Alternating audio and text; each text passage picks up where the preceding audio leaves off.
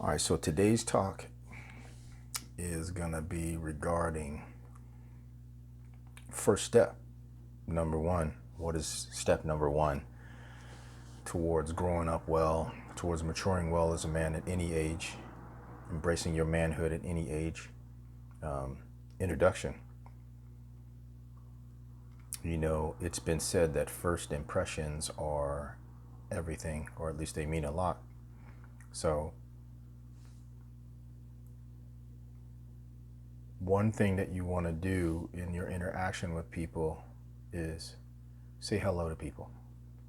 It doesn't matter how you say it. Your greeting. What is your greeting like when you meet someone? Whether it's hi, hello, what's up, whatever it is. It's not so much what you want to say, but how you say it and how you position yourself when you do say it.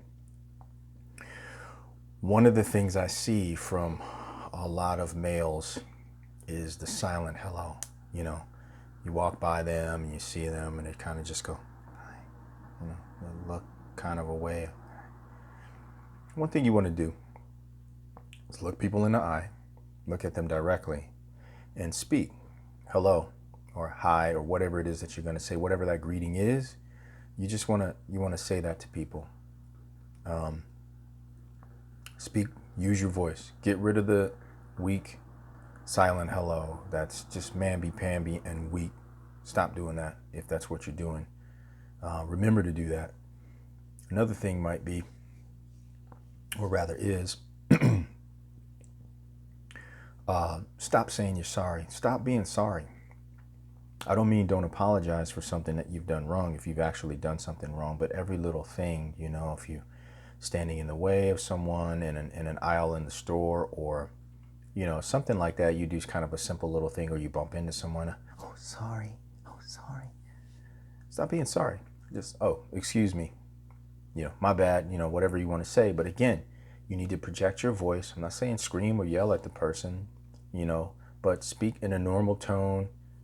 When you address people, these are kind of some of the first impressions that you're going to make that really establish that your dominance and manhood. Another thing, when you walk into a room with people, even before you speak, that it's that unspoken communication that a masculine man has. You don't want to walk in looking down at the ground, kind of, doing this. And, one thing that I do that I didn't even know, but when I read books that talked about different types of personalities, and it says that a dominant personality seems to be one that looks people in the eye, that looks at people, and that's something that I have done. You walk into a room, I look at everybody. I look everybody right in their face.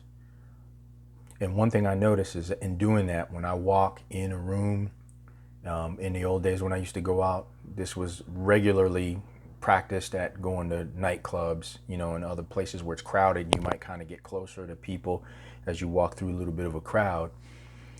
I look at everybody. I walk into a room and just I survey everybody and I look at everybody. And I'll notice a lot of guys that look away. They won't even look up. They see me look at them, and then they just kind of like look the other way, kind of look down, or like, do this or whatever like that. Because there's some guys I'm going to say what's up to. I even try to say hello to some of the fellas out there, some brothers out there, and they're just so busy not looking at me, looking away as I'm looking at them. I can't even say what's up, but a lot of times I'll say what's up anyway when I see them kind of like turn, they kind of go like this, and I'll be like, how you doing, man? And then a lot of times they'll go, oh, hey, what's up, man? Or whatever like that. But if you don't say anything, a lot of times, these brothers are just, they'll just kind of shy away a little bit. Another thing is, especially in the cultural climate that we have right now, where there are people out there who are really trying to push agendas to drive a wedge between man and woman, black and white, so on and so forth like that. Don't let those things interfere with you. You do the right thing regardless of whether everybody else is doing. There's so many people, and I'll say specifically, particularly white men, who seem to, I see this look of kind of relief on their face when I say hello to them first. Females as well. A lot of females tend to won't look at you. I've noticed I remember there was this girl at the gym, and she was really pretty gorgeous, and she was approaching me and I was approaching her, and she looked like she was angry and upset about something. And I said hello to her, even despite my feeling that I shouldn't, because she wasn't looking at me and she wasn't, whatever, paying attention. But I just did that anyway. And immediately, to my surprise, her face changed. She lit up with this big smile and said, hi, how are you? And I was just like, wow. See, I was wrong. I was totally wrong. I was going based on what I was projecting onto her, that she didn't look friendly or whatever like that. I've even talked to women like that where I've even joked with them that, like, who you mad at, whatever like that. And they might even laugh and stuff like that and go, I'm not mad, like, I thought you look at you ready to fight somebody over here, whatever. So things like that. So don't make assumptions about people. Don't assume that because of the color of their skin that they're a racist or they're some kind of ist. So you're going to make assumptions, well, I'm not talking to them and things like that.